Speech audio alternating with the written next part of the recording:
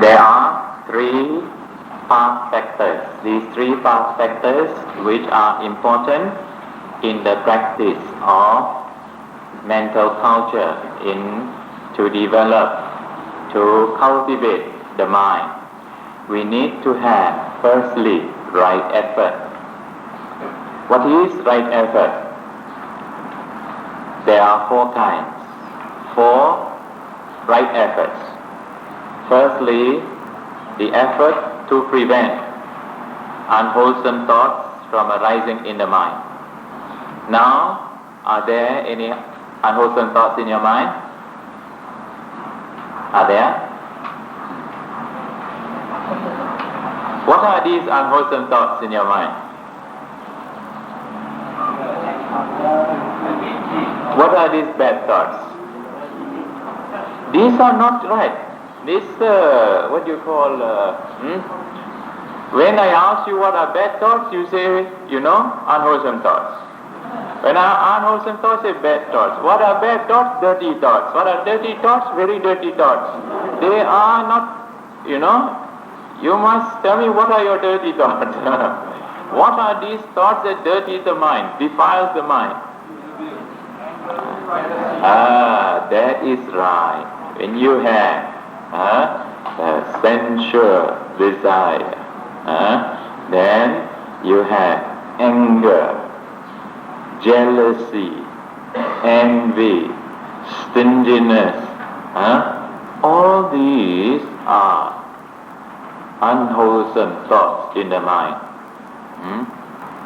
unskillful thoughts, and also maintaining that the state of sloth and torpor, and always lost, don't want to think, then that the clinging thoughts in the mind, these are all the unwholesome, unskillful thoughts.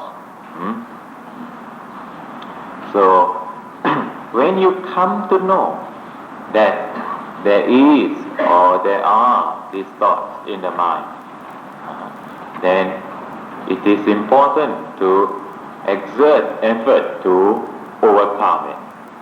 But if the thoughts have not arisen, then you must also know how to avoid it to prevent it from arising.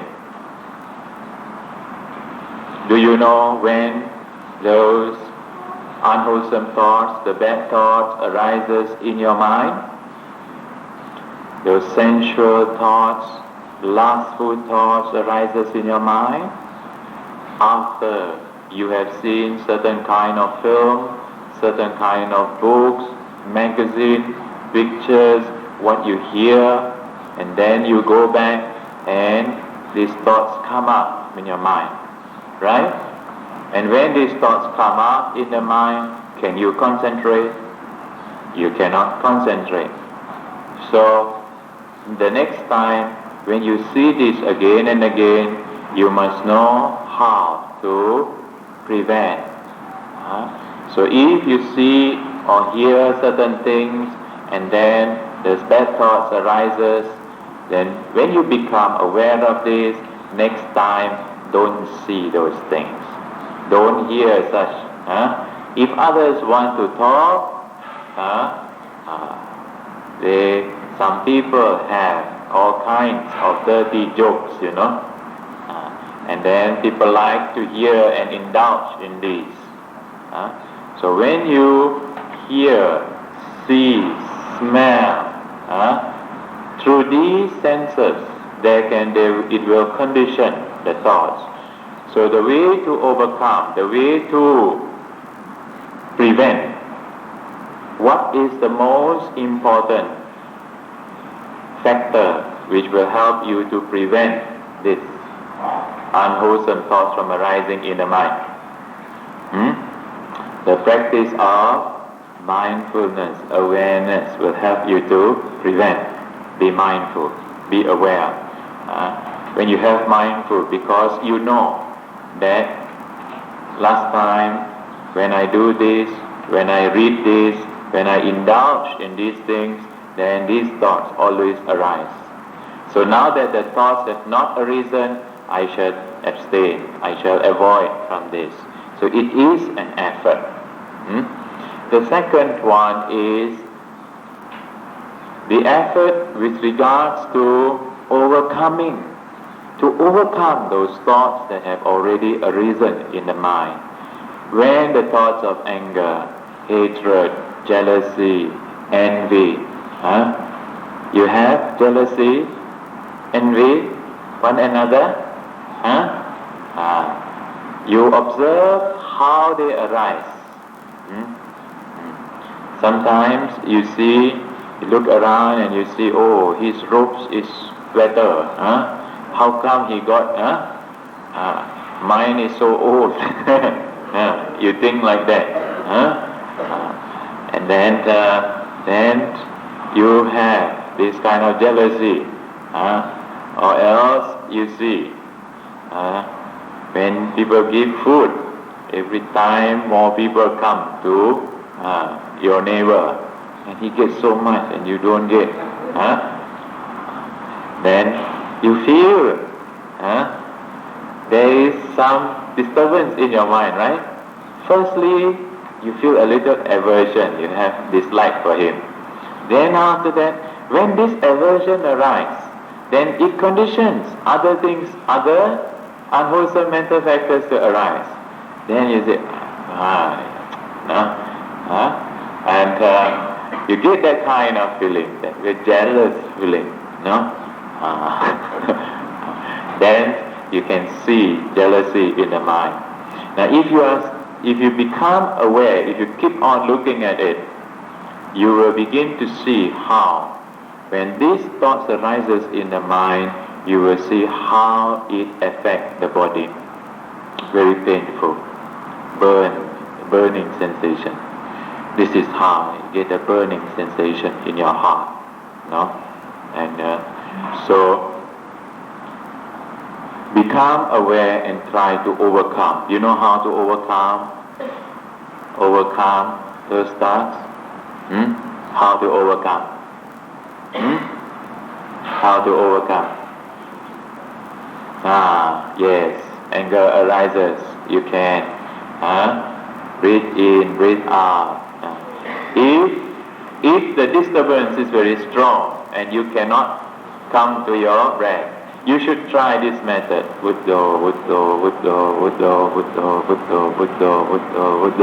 Just in your mind like that, until it cuts through that. And then after that, because if you practice, it is actually the whole practice during your day-to-day practice. Then the word Buddha will automatically be associated with your breathing in and breathing out. Then when you recite, when in your mind you mention Buddha, then you will breathe in Buddha.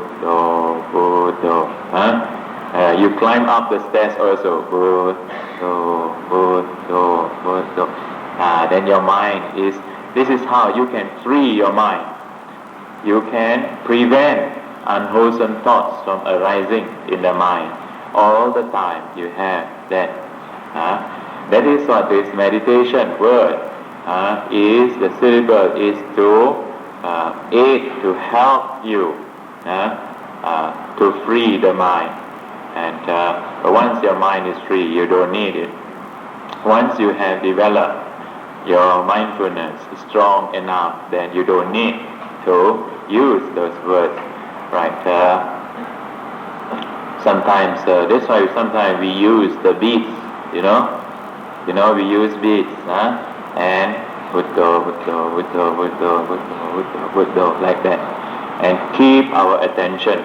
We keep our attention there, and sometimes if we don't have anything to do, our mind, we just send out the mind and look outside, look there. We send out our mindfulness, our awareness goes out, 100% out.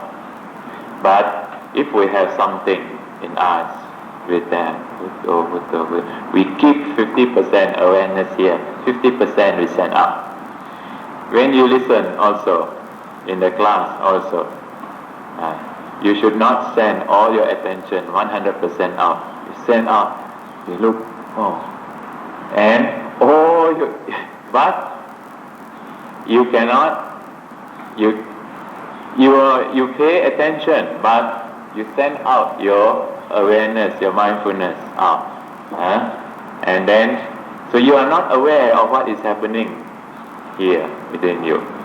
You must try to be aware. Have that awareness. Also be aware you are hearing. Try 50%, 50%, or 60, 40, or 50, 50, like that. So when you have this kind of awareness, you can hear, and at the same time you can associate it with what you have heard. At the same time, see how the mind can click, and with what you have heard, with what you have read, and it comes to click. Then your understanding, while you listen, you can reason out and understand, because you have awareness in you. But if you don't have awareness, you just cling on to what you hear. Oh, yes, yeah. But what is that? What, You do not know. So, listen with awareness, with that. Don't cling to the sound only. Then, so the first two, or the right effort, is actually the effort with regards to avoiding evil. Understand? The second two effort, the right effort, is with regards to the doing the good. Avoid evil, do the good. What is it? First, to develop the good that is not present. When you know there are certain good habits in you, there are no such good habits in you, then to develop that, to try to cultivate that. If you know that there are already some good habits in you, then try to maintain. You need an effort to maintain the goodness in you. Understand? So you know what these four efforts are? These four efforts refer to the mind, the mental effort, not the body effort like that. But if your mind is strong, there is this mental effort, mental energy strong, then it will condition your body too. Now, how does, in order to have this right effort, then there must be this kind of mental energy. This mental energy, this energy is aroused in us by what? By when you get some inspiration, you are motivated, you are inspired, then the energy will arise. Then your mind will become strong, and then you can direct this energy to the right efforts. Understand? To have this inspiration, confidence, that is how, that is why we take, before we begin our practice, we pay our homage to the Buddha, the Dhamma, and the Sangha. And if we have the right, if we contemplate rightly on the Buddha, Dhamma, and Sangha, we think that the Buddha is all enlightened. We think he is all awakened. And that in order to be all awakened, he has gone through a lot of sufferings. So then he has suffered, gone through to perfect all those virtues of Paramitas. Afterwards, Mr. Alex Robertson will talk to you about these different Paramitas, these different perfections No? And so he has done this in order to help, out of compassion for the people. So for this we are grateful. We are grateful to our teacher. And when this sense of gratitude arises in our mind, then a sense of gratitude and reverence arise in our mind as we bow before the Buddha. Then our mind becomes, this good thought strengthen the mind. Then we think of the Dhamma. We think of the Dhamma, the teachings, which paves the way, which shows the path to the cessation of suffering. And then we think that by following these teachings, may I too be able to overcome suffering, whatever problems I'm confronted with. And then when you think of the Sangha, you think these are those who have been trained, who have followed the teachings of the Buddha, and who have realized to the various degrees in the goal, the different stages of sainthood. When you think like this, you think that this Dhamma can be realized, and it has been realized by the disciples of the Buddha in the past and also in the present. So you think that what they have done, we also can do, I also can do. Then this is how it gives you the right confidence, the confidence in the mind. So if you know how to go for refuge to the Buddha, the Dhamma and the Sangha, and do it mindfully, meaningfully, and sometimes when you are on your own, take your time to think, to recall like this, and you will find that you get the inspiration. And when you see inspiration, you can feel that, the energy comes up. And otherwise you have no energy to start. And if you just come in and just sit down like that, then after a little while, because your mind is not directed, and you have not inspired yourself. So we should try to have good thoughts in the mind, thoughts of reverence, gratitude, and inspire, have confidence, and then we make the determination that we will sit through. So this morning I see you have very good sit, right? This morning, or sleeping. But I see that many of you were better than the last 2 days. There is more calmness this morning, right? Can feel when your minds are calm, then we can get the vibration is different. Vibration is different. But when your mind, you have a lot of thoughts in the mind, and then the vibration is different too. When you have calmness in the mind, then the whole place you will find is calm, peaceful. Certain meditation centers that we go, and if there are good teachers and good people practicing, the monks are practicing well, from outside you can feel the calmness, the sereneness there, calm and serene there.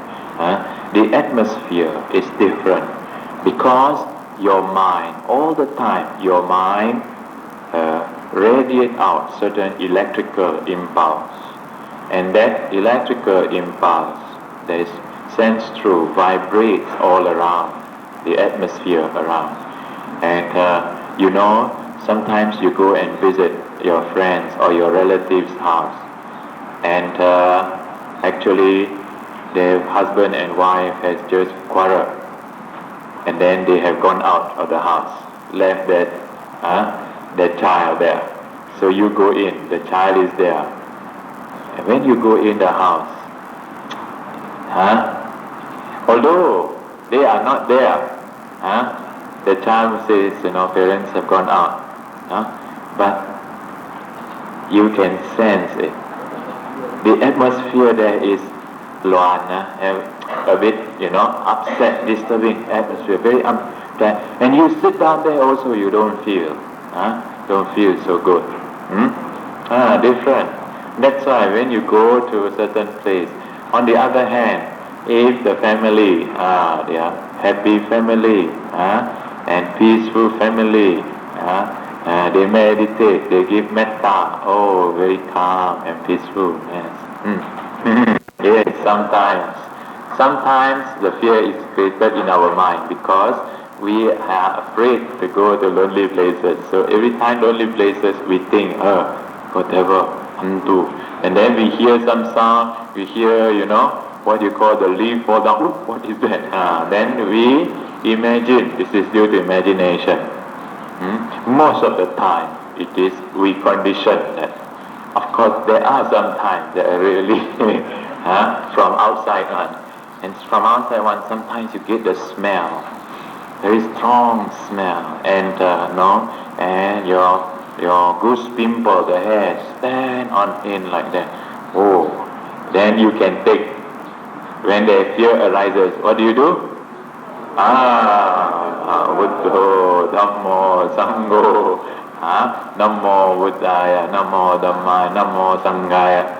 Or if still it does not go, then Itipiso Bhagavaraham Samma Sambuddho, like that. Because immediately when the fear arises, cannot remember also Itipiso sometimes, So that is why you must quickly take a simple word, Buddho, Buddho, Buddho, Buddho, Buddho, Buddho, Buddho. Then come to your awareness.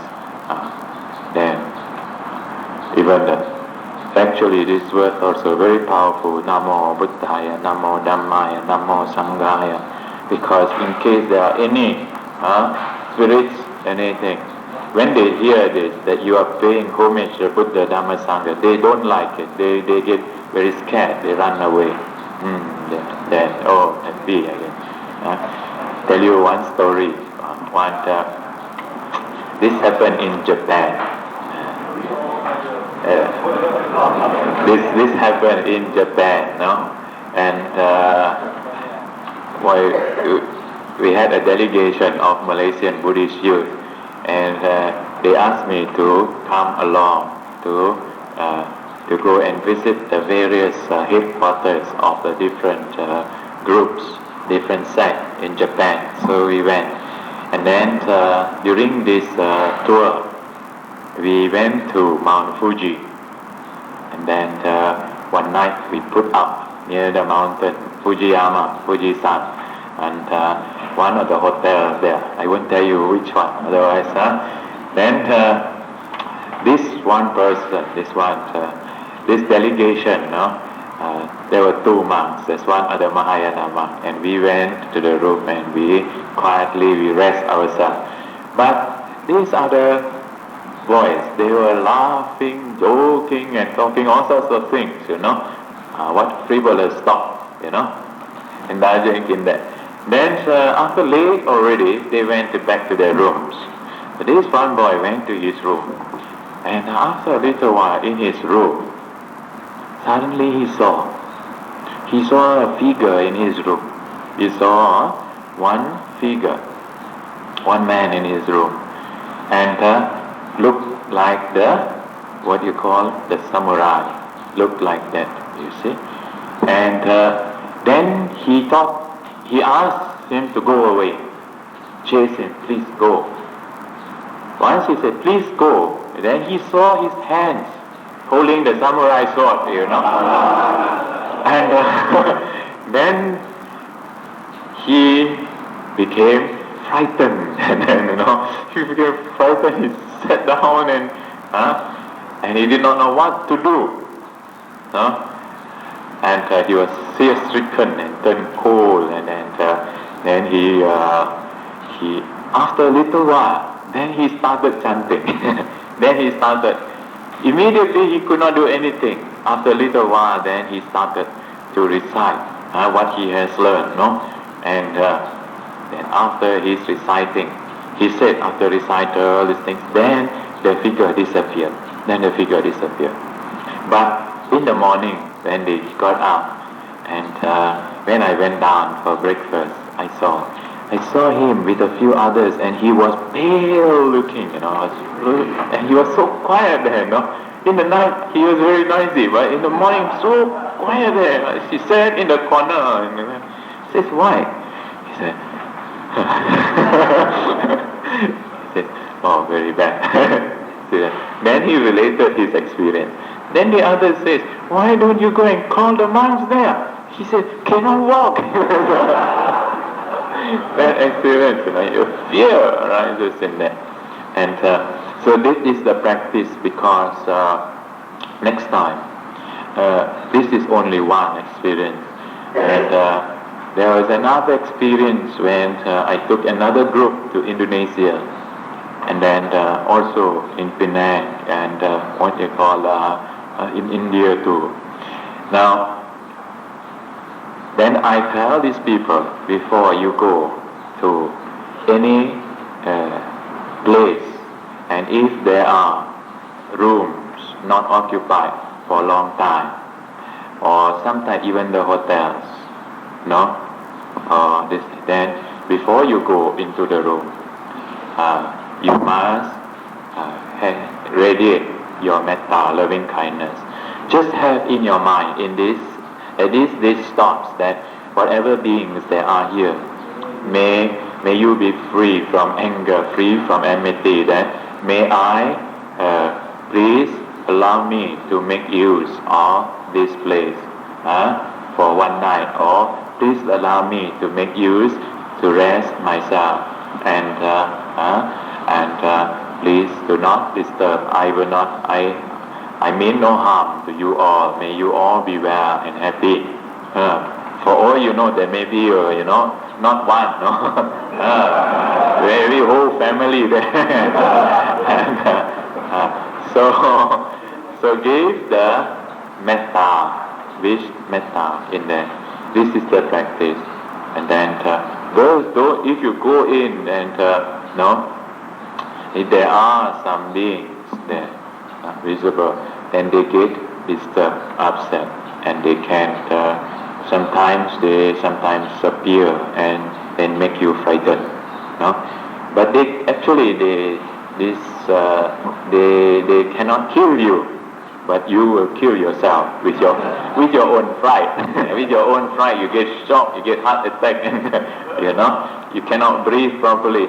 But if you have, that's why if you take refuge in the Buddha, Dhamma, Sangha, you have this, you arm yourself with metta, no problem, no fear. And if really there is some very fierce one come, I ask our meditation teacher and what to do. He says when a fierce one comes, sometimes there are fierce one in the caves, and so when a fierce one attack you, then you must sit. If your mind is there, sometimes while sitting they attack you, and then you tell them, you are a ghost. I too am a ghost.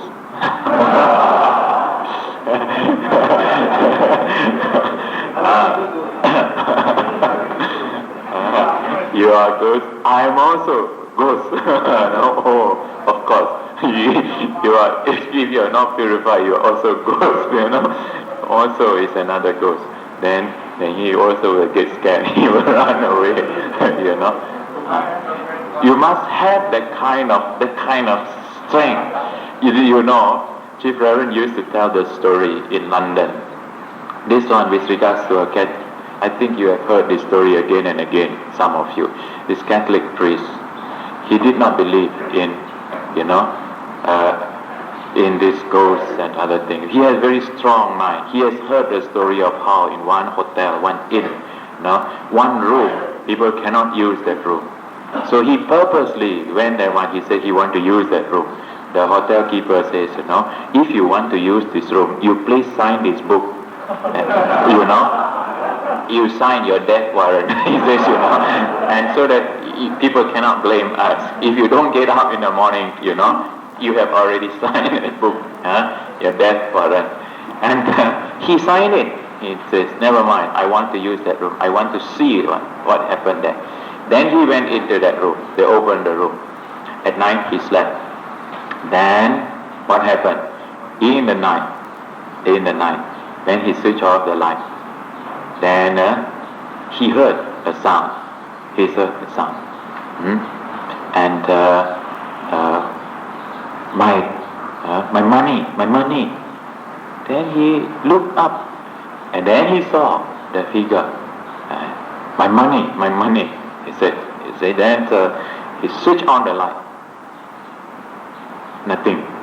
He sees nothing. Again he switched off. And this time, again he heard the sound. My money. He says. And true enough, he saw. Under the bed, he saw a small, there is some crack or some, there. And when he removed that, he saw that there is a piece of stone, and he removed that stone. Under that, there is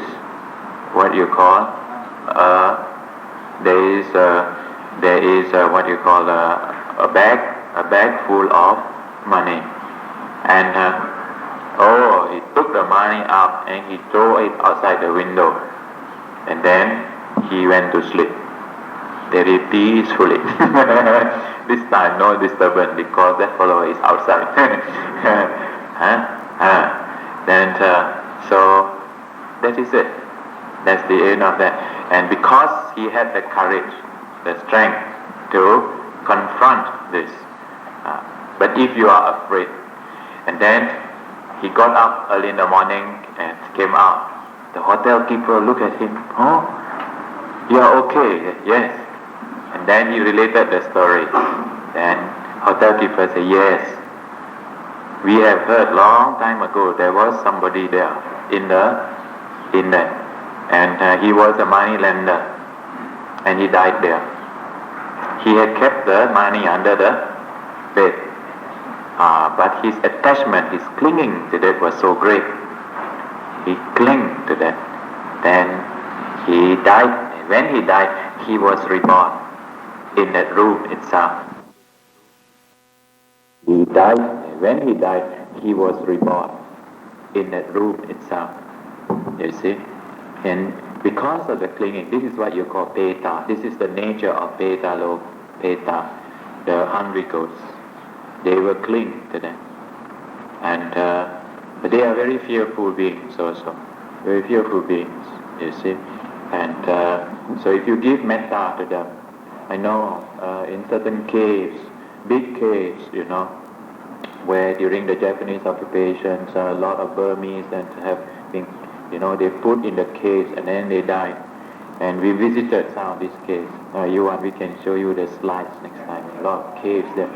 And big caves. Sometimes 1,000 over people 1,000 monks can stay there, have, different compartments.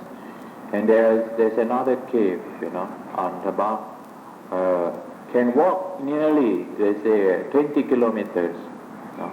Huge, big range, 2 kilometers easy, but you can still go on up to 20 kilometers. And but that cave has got very strong energy there, some very strong energy. And then in certain case, when you give metta and practice give metta, and after some time the spirits don't disturb, because many have taken birth, rebirth, okay?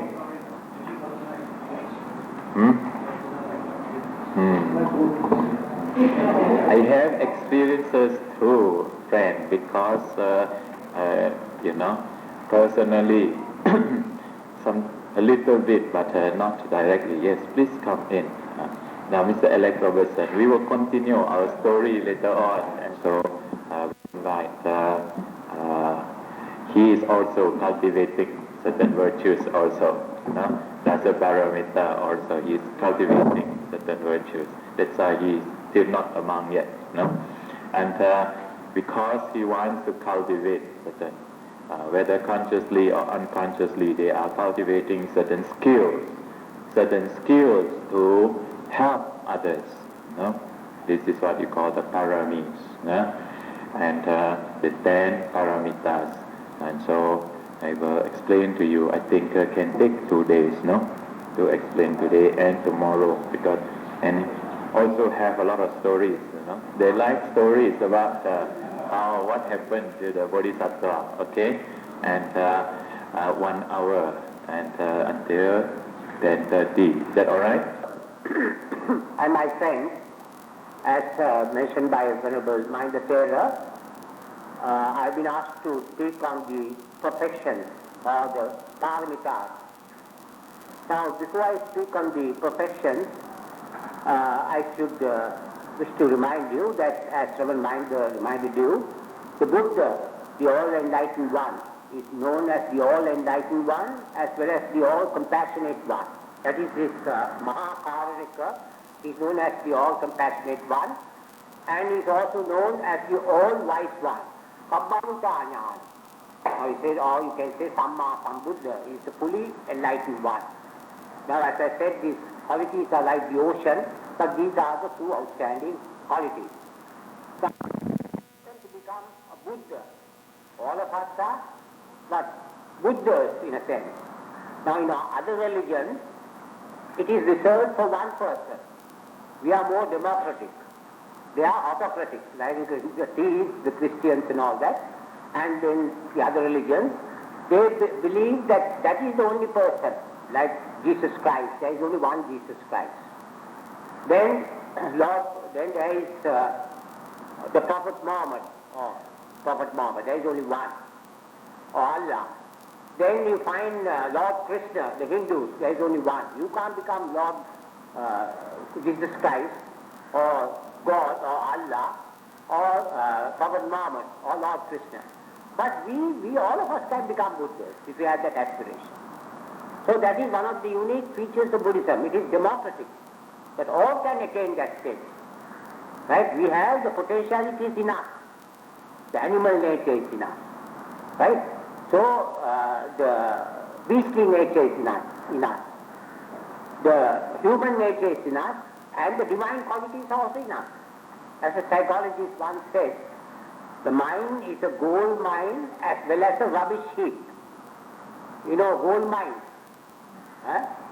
Do you know what the gold mine is? Mind is like a gold mine as well as a rubbish heap. So you have to remove the rubbish heap. What is the rubbish heap? Greed, hate, ignorance, pride, jealousy. Little by little you have to remove those bad qualities and put in good qualities. That's what we are doing in this novitiate course. We are trying to remove the rubbish heap and introduce the good qualities, like the 10 perfections. Now, the Buddha, to attain that state of Buddhahood, now Gautama Buddha, where did he attain enlightenment? At Buddha Gaya. At Buddha Gaya, our Buddha, historical Buddha, he attained enlightenment. Pacceka Bodhi is a person who attains enlightenment through his own efforts, without hearing from a Buddha. And a Samma Sambuddha is a person who has attained Samma all by himself, and he teaches others to cross the ocean of samsara and attain nirvana. Now have you got that clear? You must have the first principles, you must know it properly. Now, I'll give a simple illustration for you to understand it. All these Savaka Bodhi, Pacceka Bodhi, Samma Sambodhi, they are to perfect the parami. For Samma Sambuddha, perfect the parami for a longer period of time. Pacceka Buddha to a medium extent. And the Arhat, just a minimum extent. I don't want to confuse you with 4 Asankhya years and a lack of salvage goes out. I don't want to confuse you. Can say for a long period of time. Now, to give a simple illustration, all these 3 attain the same goal. All these 3 attain enlightenment, the 4 noble truths. But there is a difference, a slight difference. I'll give you an illustration. Now, Buddha has special powers. He can help others. Right? I'm going to all those powers. They are called Dasa Balanyana. And certain powers he has, he's able to guide and help like a teacher. It's first class teacher. Now, just like I am teaching on Mahinda or the Mahanayaka Thera, right? He's higher, Mahanayaka Thera. Right? He's able to teach you better. So in our case, not so. It depends on the individual concern. So, Samma Sambuddha, he is the person who has got first class honors. Right. Then the Satyaka Buddha, second class. And Arhat, as you say, all the paths. You all say that we must, according to Mahayana Buddhism also, but according to Theravada, all three of them have attained enlightenment. But according to Mahayana Buddhism, Arhat is less. Arhat is there, you also have to become a Buddha.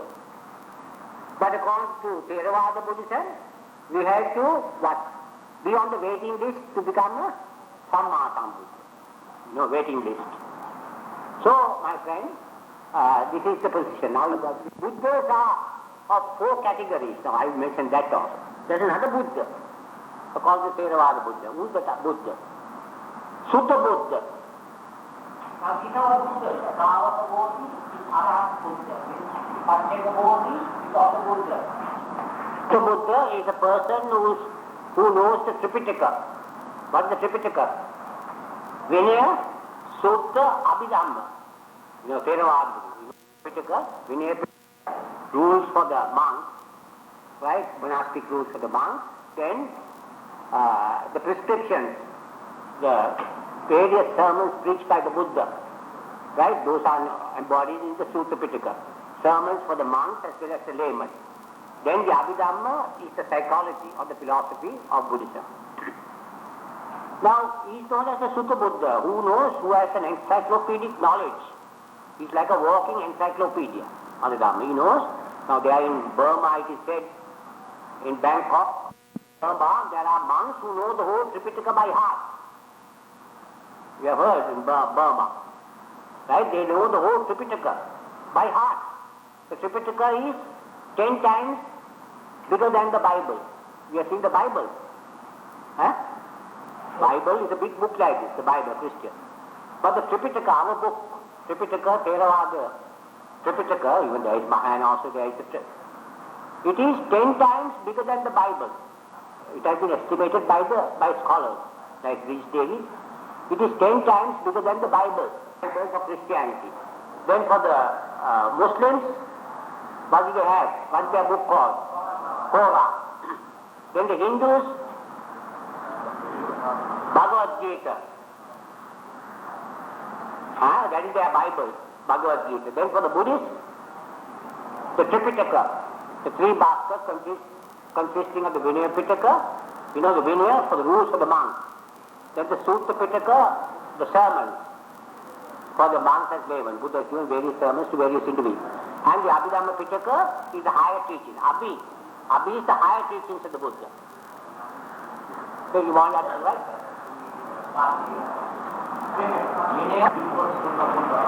Yes. Now all these Buddhas, the Pacceka Buddhas, the Samma Sambuddha and Savaka Buddhas, they have to perfect the Paramis, the perfections. Savaka Buddha has to practice for him to attain, become enlightened person. Dana, Sila, Nekkamma, Panya, Virya, Kanti, Adhisthana, Satcha, Metta, Upekka. The last one is, I will explain that later. I explain the term equanimity, not indifference. It is equanimity, or having a balanced mind. Not to be swayed by the ups and downs of life. Now, if you want to become a Buddha, you have to practice these things in your daily life. I'll explain in a day-to-day life. Now, you are in a better position to practice this while you are in this as an novitiate. Right? Okay. Now, Rama has not finished as yet. Right, to complete it. Right. According to the Mahayana, it says in the practice of Mahinda among was Bhavana. But now here, yes, but yes. They also can extend someone from How is it the relation? Yeah, now Theravada Buddhism also says, Theravada Buddhism says there is a sutra in the Majjhima Nikaya where you say those who see the Paticamuppada sees the Dhamma. Right? That means that way, and sees the Dhamma means that you attain enlightenment. But anyway, now here when you mention about Mahayana Buddhism, in Mahayana Buddhism there are 6 paramitas. The Theravada Buddhism, I mean, there are 6, but we will not go on to that, all those.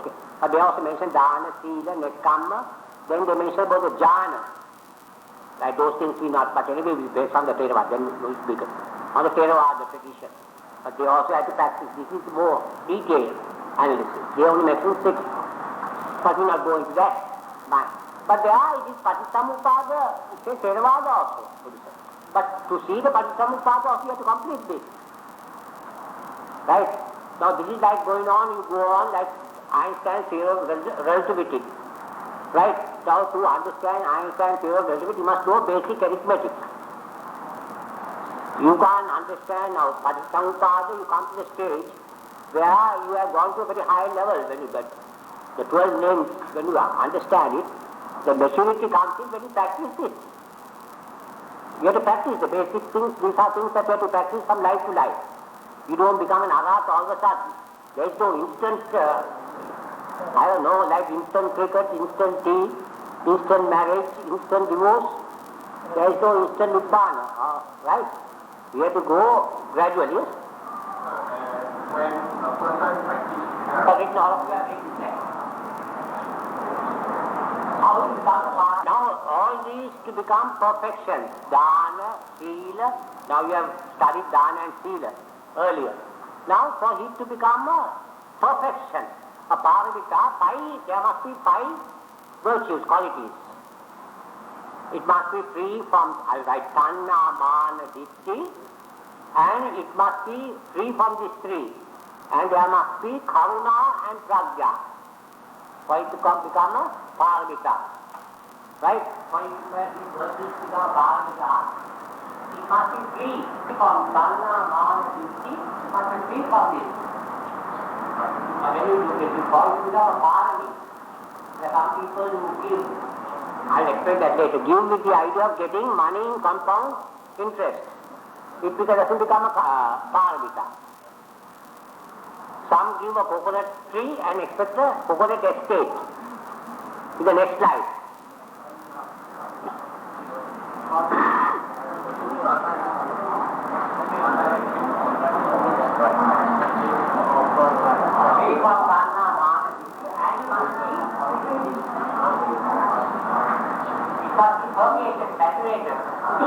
Now it must be free from these 3 bad qualities. Must be tanna, mana, ditti. Tanna is craving, it must be free from craving, false views and conceit, mana. And it must be permeated with karuna. There must be karuna for it to become a paramita. Now when you give money to a beggar, I'll explain that. Money you must give with karuna. It is based on karuna. Not with the idea of getting rid of that beggar. With compassion, you must be moved by compassion and give that to the beggar. I'll explain that when I do. Tanna, mana, it must be done with no passion. Now, I put simple words, like fascinating. Done with karuna. And also, karuna is compassion.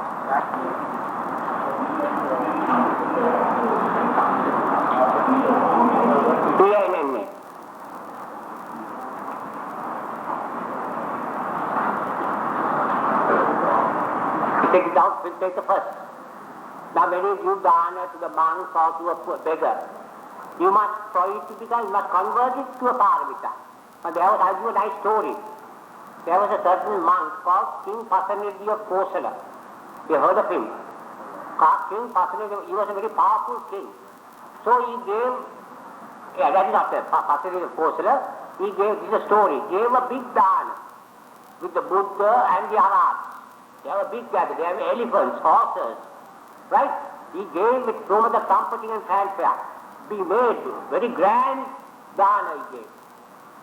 Right? And then it so happened that the Buddha didn't give the pin anumodana. You know, when the monks, when you give a dana, now even here, the monks, they chant some, they give merit to all beings. That is called anumodana, sharing of merit. Buddha didn't do it because this king did with so much of panda. He thought he was a mighty king and he wanted to show his wealth. He wanted to show his power, that he is the only person who can do it and not others. Then there was a beggar near the monastery. He saw the Buddha with his 32 monks. He saw the Buddha, the Arhat, the elephants, the horses, and all the lights. It was a beautiful sight. He was so taken up by it. Now he was standing in the monastery, by the gates of the monastery. He was looking at this. And he was delighted. He was very happy to see the Buddha, the Arhat, that the dana was given in that way. He was so full of saddha. You know, saddha. Faith, confidence. So he was so delighted, full of joy. So the Buddha said, who had acquired more merit? The king or the beggar? The beggar. Why? Now the king did with mana, with tanna. He thought he was a big person and all that, with pride and all that. Right? He is a big man. He did it with so much of craving, with so much of greed, and with mana, with pride. False views. He thought that he is the only person who can do it, others can't do it. One person gives dana to 100 monks, the other person is like competition. The other people try to outwit, like a business adventure. Right? But here it must be done without expecting anything in return. Free from tanna, mana. Now some people when they think, I am only can do this. I have so much of money. I am the only person who can give this dana, not the others. With pride, man. So there was a nice story during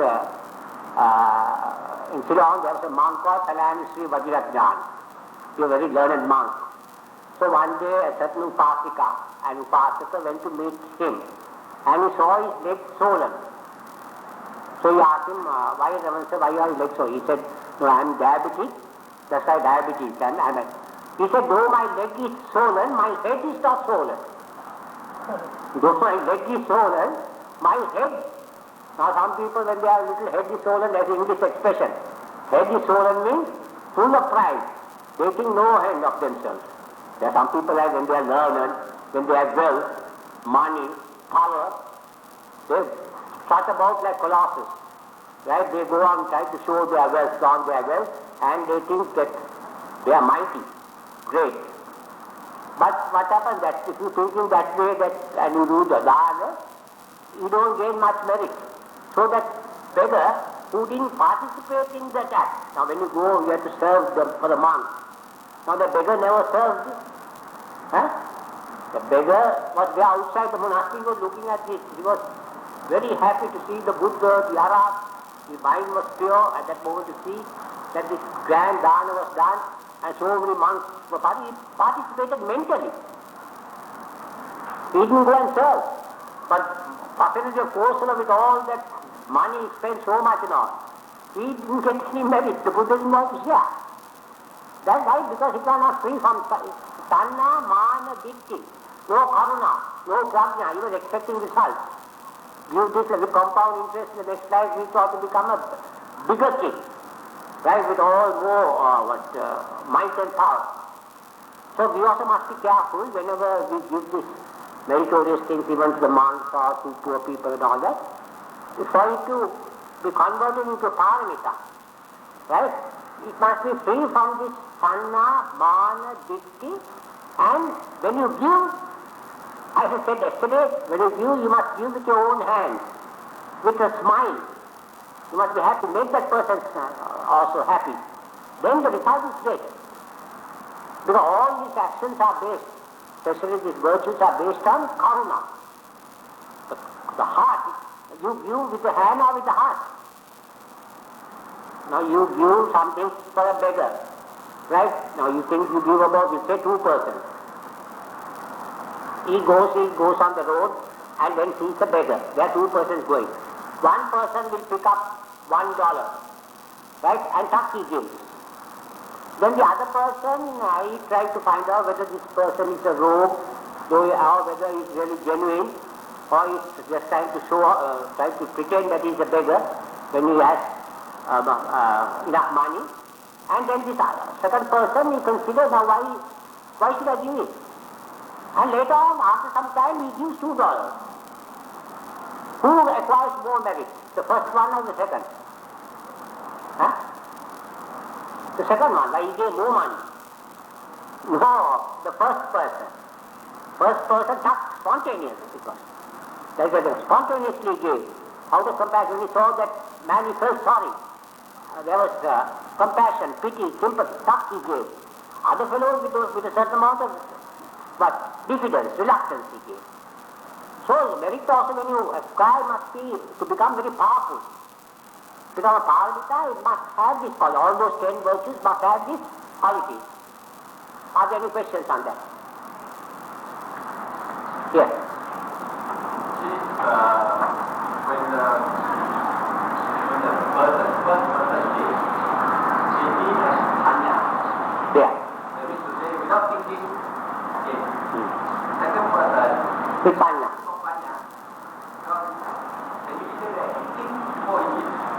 Yeah, that's a good point. Now, he said the other person, though with panya, the panya was there from past life it had come.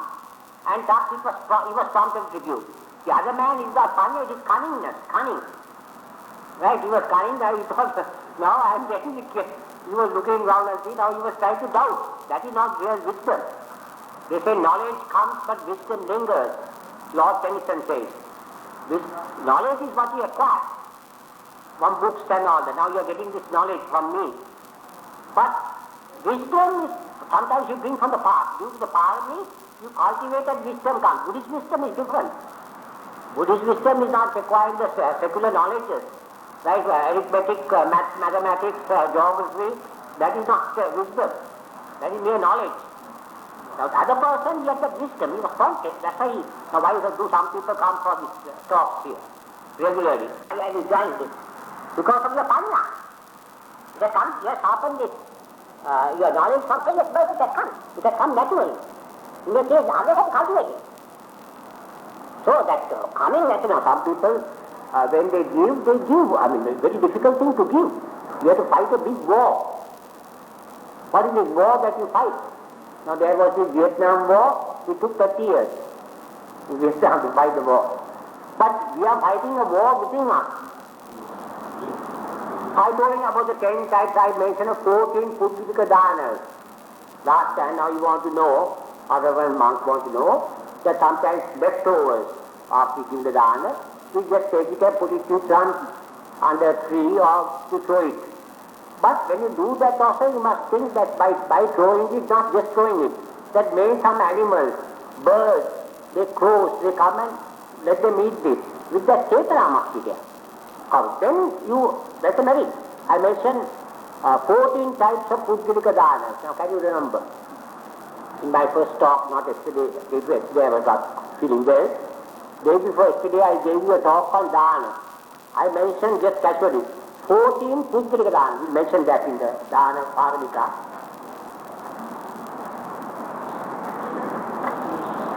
I mentioned 14 Puddhika Dhanas last time. Yeah, what are the 14? Now you give the highest dhana that you can give is the Buddha. Puddhika, one. The Buddha. They are called Puddhika Dhana. Now we have discussed dhana.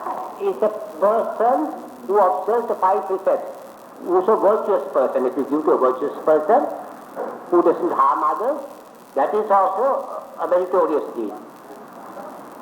Then if you give to let's say 13th, a Dusila, who is not a virtuous person. There are some people who break the precepts, who kill, steal, commit sexual misconduct, who drink. Even if you give to a person, a human being, it is a meritorious act because he gets rid of tanna.